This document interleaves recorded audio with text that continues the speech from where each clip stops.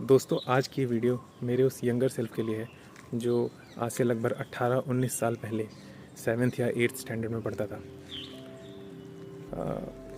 मैं एक एवरेज बच्चा था और क्लास 5th के अंत में मेरे पेरेंट्स ने डिसाइड किया कि वो मुझे एक इंग्लिश मीडियम स्कूल में डालेंगे, जो कि था saint John school, ICSE board था वो। और यहाँ आने के बाद मैं बन गया बिलो एवरेज बच्चा।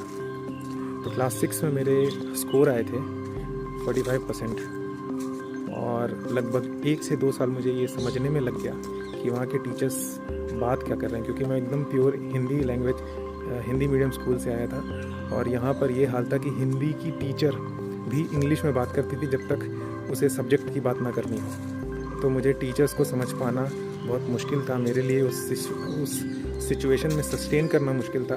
और चूँकि मैं पढ़ने में कमज़ोर था और वहाँ को उस सिचुएशन को फेस नहीं कर पा रहा था, तो बच्चे भी आसानी से मुझे एक्सेप्ट नहीं कर रहे थे।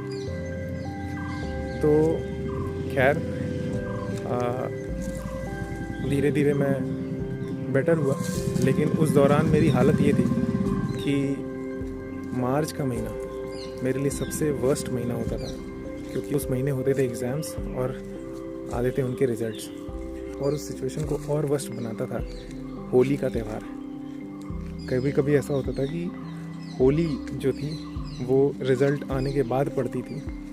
तो मेरे पापा एक गवर्नमेंट एम्प्लॉई हैं, तो उस समय क्या होता था कि होली मिलन समारोह लगभग 15 से 20 दिन का चलता था। तो लोग होली मिलने आया करते थे।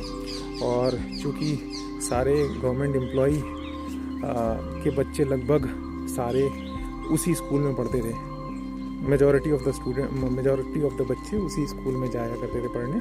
तो सबको पता होता था कि रिज़ल्ट आ गया है। तो कुछ अंकल आंटी बड़ी ही बेशर्मी से, बिना ये सोचे कि बच्चा कमज़ोर है अच्छा है, वो कई बार उनको पता भी होता था कि ये बच्चा पढ़ने में कमज़ोर है, लेकिन वो बड़ी ही बेशर्मी से पूछ दिया करते थे कि बेटा तुम्हारा स्कोर क्या आया है। तो उस सिचुएशन में मेरे मुंह से अगर झूठ भी निकलता था ना, तो वो 60-65% से ज़्यादा नहीं निकल पाता था।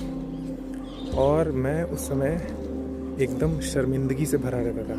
मुझे लगता था कि यार मैंने अपने पेरेंट्स का नाम डुबा दिया। और मुझे लगता था कि मेरे सारे गुण बेकार हैं अगर मैं एकेडमिक्स में अच्छा नहीं हूँ। और मुझे ये समझाने वाला भी कोई नहीं था कि ये सच नहीं है। और इस झूठ को, केवल इस झूठ को पालने के कारण मैंने अपने जीवन के इतने साल ख़राब किए।